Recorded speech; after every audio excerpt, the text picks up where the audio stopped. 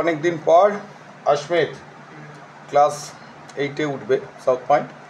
তো যাই হোক, বাপ বেটা মিলে একটা ভিডিও শুরু করলাম।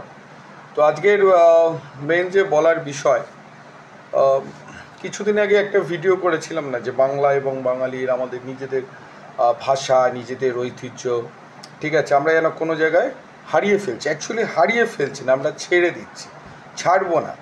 ইঞ্চিতে ইঞ্চিতে আমাদের বিষয়টাকে বুঝে নিতে হবে। যেমন একটা সময় ছিল মোগলদের সময়, সেখানে প্রশাসনিক কাজ, ওকে, সেগুলো উর্দুতে চলত, ঠিক আছে। কেন? মোগল সম্রাট ছিল, তাদের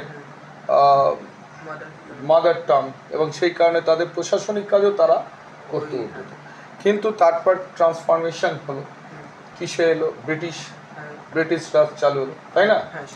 এবার ব্রিটিশ রাজ শুরু হতে তখন ইংলিশ আর একটু ফ্লুয়েন্সি হলো, ইংলিশেই সমস্ত জিনিস কনভার্ট হলো। বাট লজ্জার বিষয় যে 75 বছর আমরা স্বাধীনতা লাভ করেছি, 1947 সালে আমরা স্বাধীনতা পেয়েছি, বাট এখনো পর্যন্ত আমাদের অফিসিয়াল কাজ এখনো কিন্তু ইংলিশ হয়। এখন তুই এতদিন যে মামার বাড়িতে ছিলিস, কোন জায়গায় ছিলিস? মানিকতলার ঠিক যেখানে তোর বাড়ি, মামার বাড়ি, তার ঠিক পিছনে তার বাড়ি সত্যেন্দ্রনাথ বোস, গ্রেট সায়েন্টিস্ট। ওনার জন্মদিনে যে ওখানে একটা প্রতিযোগিতা হয় আঁকার, একবার প্রাইজ জিতেছিল, মনে আছে? ওকে। তো সত্যেন্দ্রনাথ বোস, এনার একটা সত্যেন বোসের সবচেয়ে বড় একটা অবদান ছিল, উনি বাংলা ভাষায় বিজ্ঞান চর্চা এইটা কিন্তু চালু করেছিল, ঠিক আছে। এইটা আমরা অনেকেই জানি না। এবং ঢাকা বিশ্ববিদ্যালয়ে উনি এই যে ফলিত বিজ্ঞান, এটা তোরা শুনবে, আমরা ফলিত বিজ্ঞান যেটা বলছি, এটা হচ্ছে অ্যাপ্লাইড ম্যাথামেটিক্স। এই অ্যাপ্লাইড ম্যাথামেটিক্স এই ডিপার্টমেন্টটা কিন্তু ঢাকা বিশ্ববিদ্যালয় ওনারই হাতে পড়া। তখন দেশ ভাগ হয়নি, দেশ ভাগ যখন হলো 71-এর পর, তারপর উনি ভারতবর্ষে চলে এলেন, ঠিক আছে। তোর বাড়ির প্রতিবেশী গেছিস বাড়িতে? এই বাবা, রাস্তা দিয়ে গেছিলাম। আচ্ছা, এবার মামার বাড়ি গেলে গিয়ে ওখানে আগে নমস্কার করবি, রাইট? ওকে। তো বাংলা ভাষাটাকে, বাংলার গর্জন, আমরা বাঙালি সব কিছু করবো, কিন্তু বাংলা ভাষাটাকে আমাদের এগিয়ে নিয়ে যেতে হবে। তো আমরা ম্যানেজমেন্ট থেকে আরম্ভ করে অন্যান্য দেশেতে এই যে ম্যানেজমেন্ট পড়ি, আমরা এখনও ম্যানেজমেন্ট ইংলিশে, ওরে বাবা, ইংলিশে ভালো না বলতে পারলে কিছু হয় না, ঠিক আছে। কিন্তু আমরা মাদার টাংটা, আমরা বাংলায় যদি ভালো বলতে না পারি, তাতেও কোনো লজ্জার ব্যাপার নাই, বাংলা তো। কিন্তু ইংলিশে না বলতে পারলে আমাদের লজ্জা, রাইট? ঠিক লাগে কিনা? এটা কেন না আমাদের সোসাইটিটা এইভাবে তৈরি হয়ে গেছে, মোস্টলি ইংলিশ। বিকজ যদি আমি ইংলিশে না বলি, তাহলে আমরা বলে বাবা ওয়াসফিক ইংলিশটা জানে না, ভুলভাল বলছে, রাইট? ঠিক কিনা? কিন্তু বাংলা ভাষা আমাদের মায়ের ভাষা, মাতৃদুগ্ধেস্ব, মাদার টাং। তো মাদার টাং বা মাতৃভাষা, সেইটা নিয়েই যে আমাদের নিজেরাই যদি আমরা ইগনোর করি এই ভাষা, তাহলে হবে না, তাই না? সুতরাং এই আজকের যে বিষয় টপিক্সটা, যে আমাদের এই যে যাদবপুরটা মেইনলি জিনিসটা হলো যে বলছে নাকি সবাই যাদবপুরের এক্সেলেন্সি নাকি হারিয়েছে।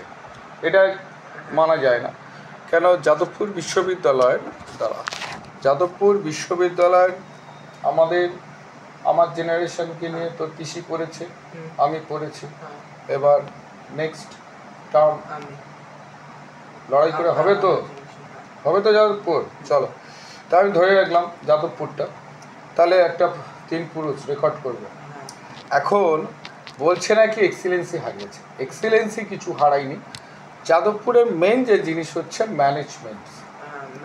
ম্যানেজমেন্টকে এমন একটা জায়গায় আমাদের আনতে হবে যে ভালো লোককে, জানা লোককে, যে কাজ করতে জানে, তাকে সেই জায়গায় নিয়ে যেতে হবে। বিশ্বের অন্যান্য ইউনিভার্সিটি তোদের দেখাবো, এই তো ক্লাস 8 হলো, NPTEL বা সেন্ট্রাল গভর্নমেন্টের কিছু প্রজেক্ট আছে, দেখলো দেখাবো, যেখানে ধর সারা বিশ্বের উন্নত মানের মানে স্কলার, মানে যারা অধ্যাপক আছেন, তারা ওই 6 মাসের 7 মাসের সার্টিফিকেট কোর্স করান ম্যাথসের ওপর, বিভিন্ন সাবজেক্টের, ইঞ্জিনিয়ারিং, মেডিকেল, বিভিন্ন।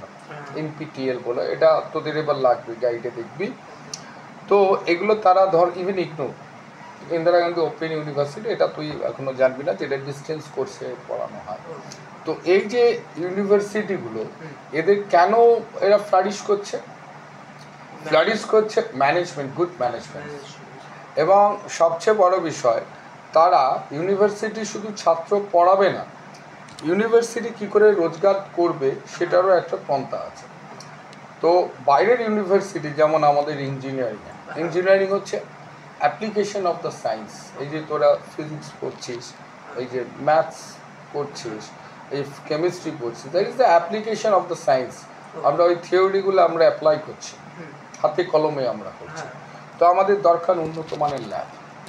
তো আমাদের যেমন যাদবপুরে কিন্তু এই তোকে একবার ঘুরিয়ে নিয়ে আসবো এই রিসেন্টলি, আমাদের মেকানিক্যাল ল্যাব হচ্ছে এশিয়ার শ্রেষ্ঠ ল্যাব, ঠিক আছে। আমাদের সিভিল ল্যাব, সয়েল ল্যাব এবং সব দিকপাল প্রফেসররা ওখানে অধ্যাপকরা ছিলেন। আমার সৌভাগ্য সোমনাথ ঘোষ স্যার, যদি সম্ভব হয় তোর সাথে একবার দেখিয়ে আনবো।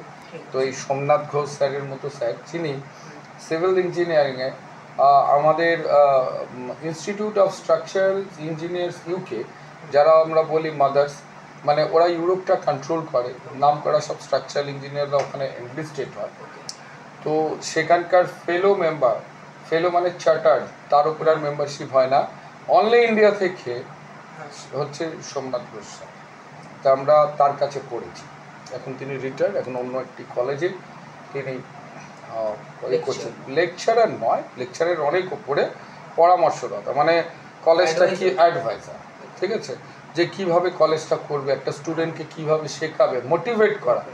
এই যে মোটিভেট যেটা করা, যে আমি যাদবপুর যাও বললেই তো হলো না, প্রচুর ছেলে আছে, তোমার র্যাঙ্কার হতে হবে, সো দ্যাট সেরকম স্টাডি করতে হবে, পড়তে হবে, র্যাঙ্ক করতে হবে, রাইট, তাই না?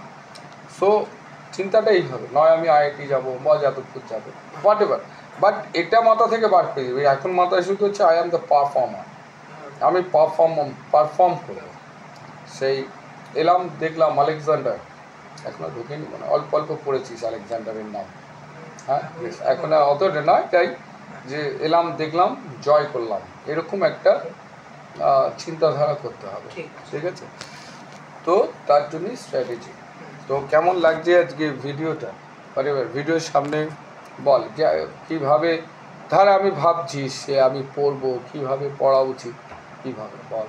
মোর লাইক হচ্ছে একটু টিচিং স্টাফদের আর একটু হচ্ছে লাইক আরও হায়ার এডুকেট এই করা উচিত, আর তারপর স্টুডেন্টসদেরও আর একটু ইকুইপমেন্টস দিয়ে হেল্প করা উচিত, যেগুলো দিয়ে ওরা স্টাডি মেটেরিয়ালস এইসবের দরকার আমার মনে হচ্ছে। আচ্ছা, তোর পড়ার ক্ষেত্রে কীরকম দরকার, যে মনে হচ্ছে যে ধর তুই কিছু করতে চাস, ইঞ্জিনিয়ারিং হোক, মেডিকেল হোক, এবার নিজেকে বল যে কীভাবে প্রস্তুতি নেওয়া উচিত, নিজেকে কিভাবে তৈরি করতে হয়। ওকে, ফার্স্ট হচ্ছে এই যেগুলো হচ্ছে আমাদের টিচার্সরা রেকমেন্ড করবে ওগুলো ফার্স্ট স্টাডি করবো, তারপরে হচ্ছে প্র্যাকটিস করবো, প্র্যাকটিস, তারপরে আরও নেট ঘেটে আরও বিভিন্ন রকমের জিনিস বের করে হচ্ছে সাবজেক্ট কন্টেন্টগুলোকে নিয়ে ডিপলি জিনিসগুলোতে যাবো, হ্যাঁ, হচ্ছে ফাইনালি প্র্যাকটিস।